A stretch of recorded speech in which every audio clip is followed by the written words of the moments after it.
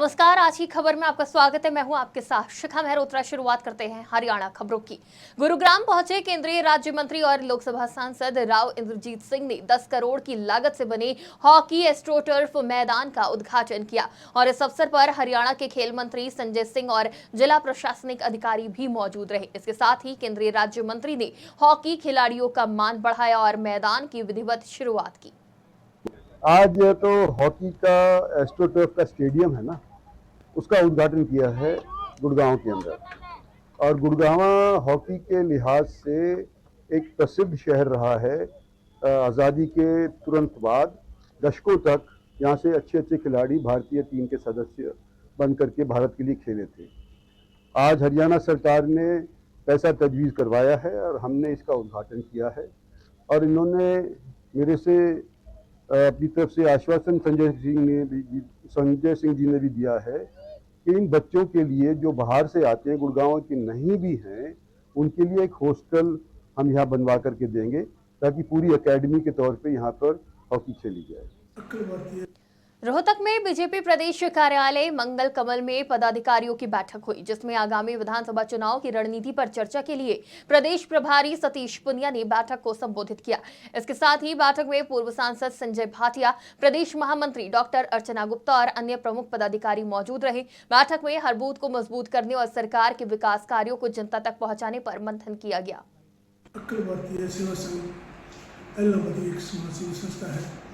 समय समय पर हम इस संस्था की तरफ से छोटे छोटे कार्य करते रहते हैं, जिसमें जैसे आज ऐसे आई कैंप लगवाया, इसमें डॉक्टर चौधरी आई हॉस्पिटल का बहुत अच्छा सहयोग रहा। बाकी साथियों ने भी इसमें बढ़ चढ़ कर हिस्सा लिया और करीब 72 मरीज आए। इसी तरह आज सुबह जैसे शहीदी दिवस था, उसमें हमने सुबह जाकर शहीद उधम सिंह पर जाकर माला अर्पण किया और शहीद उधम सिंह अमर रहे के नारे लगाए और शहीद उधम सिंह जीवनी के बारे में वहाँ कुछ लोगों को बताया गया। हमारा तो हरियाणा के कृषि मंत्री कंवरपाल गुर्जर ने विपक्ष पर किसानों को गुमराह करने का आरोप लगाया है। इसके साथ ही उन्होंने कहा कि पंजाब के किसान आंदोलन में शामिल हैं, जबकि हरियाणा में 14 फसलों की खरीदी की जाती है। गुर्जर ने कांग्रेस पर झूठे फैलाने और जातिवाद को बढ़ावा देने का आरोप लगाया, जबकि उनकी सरकार ने किसानों के लिए 24 घंटे बिजली और ब्याज माफी जैसे महत्वपूर्ण कदम उठाए हैं। हमारा तो नारा एक ही है, सबका साथ सबका विकास, और उसको हमने किया। और नारा नहीं है खाली। आज तक इस देश में नारा वैसे तो होता तो वही है, जिसको इम्प्लीमेंट करना होता है वही नारा होना चाहिए। लेकिन जिस देश में क्या है आगे नारा जो है वो खाली नारा ही बन के रह गया। पिछले लंबे टाइम तक एक जो नारा था उसका नारे का कोई अर्थ नहीं था, जैसे गरीबी हटाओ, तो था कुछ नहीं, बस एक नारा था। लेकिन हमने ऐसा नहीं किया। हमने अगर कहा कि सबका साथ सबका विकास, हमने कहा हरियाणा एक हरियाणवी, हम उसको कर रहे। चरखी दादरी की प्रीति सूदन को यूपीएससी की नई चेयरपर्सन नियुक्त किया गया है। प्रीति का पैतृक मकान राव मोहल्ला में है और परिवार में इस उपलब्धि पर खुशी का माहौल छाया हुआ है। आपको बता दें कि प्रीति कर्नाटक कैडर की 1983 बैच की आईएएस अधिकारी है और उन्होंने कोविड-19 महामारी के दौरान स्वास्थ्य सचिव के रूप में महत्वपूर्ण भूमिका निभाई थी। उनके पिता रिटायर्ड एचसीएस अधिकारी हैं और वो पंचकूला में रहते हैं। और क्या नाम है, प्रीति सूदन मेरी पोती है और ये ओम प्रकाश राव का यहाँ से ये हमारे सामने ही मकान है उनका, हमारे परिवार में है। हमें बहुत खुशी हुई, वो यूपीएससी के मेंबर बने, चेयरमैन बने, बहुत खुशी हुई हमें। दादरी इनका परिवार, हम परिवार सब यहीं रहते हैं। दादरी इनका मकान है, पहले आते जाते रहते थे यहीं के दादाजी।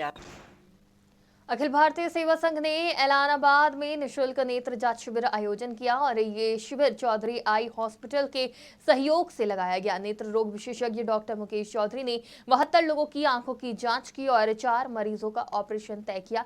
इसके साथ ही शिविर में मरीजों को निःशुल्क दवाइयां और चश्मे के नंबर भी दिए गए। आपको बता दें कि इससे पहले भी संघ ने पौधारोपण और रक्त जांच कैंप आयोजित किए हैं।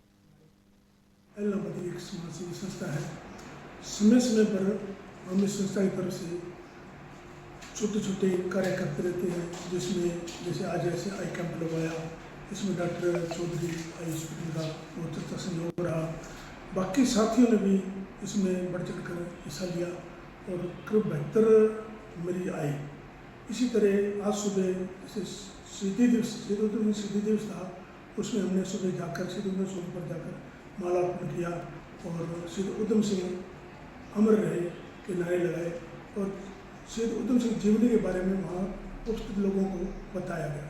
इस तरह हमारी संस्था समय समय पर समाज से जुड़े हुए कार्य करती रहती है। आज कैंप में जो मरीज आए, हमारे साथी सदस्य आए, उन सबका मैं धन्यवाद करता हूँ और डॉक्टर चौधरी हॉस्पिटल के स्टाफ का भी धन्यवाद करता हूँ।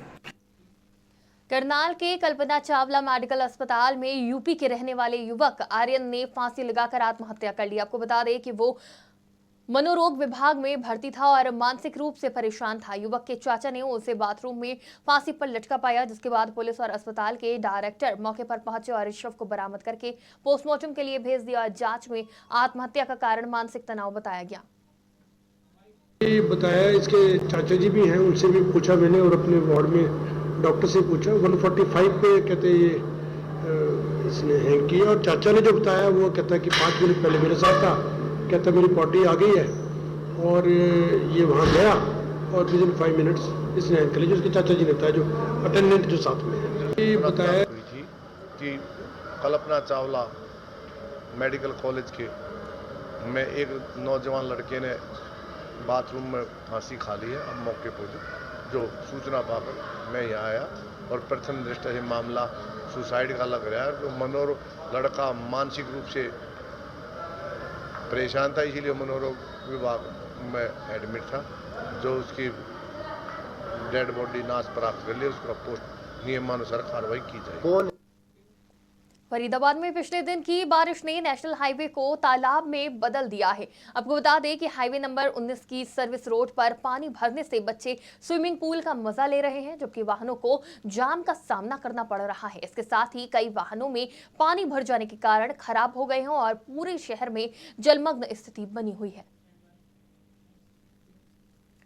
गुरुग्राम के इफ्को चौक पर तेज बारिश के दौरान करंट लगने से 3 लोगों की दर्दनाक मौत हो गई। पानी भरने के कारण लोग बचने के लिए पटरी पर चले गए, जहां खुली बिजली के तार से करंट पानी में आ गया। बिजली विभाग की लापरवाही के चलते ये हादसा हुआ, जिससे क्षेत्र में दहशत का माहौल छाया हुआ है। आपको बता दें कि मृतकों की लाशें 4 घंटे तक पानी में तैरती रही, लेकिन कोई सुध लेने वाला नहीं था।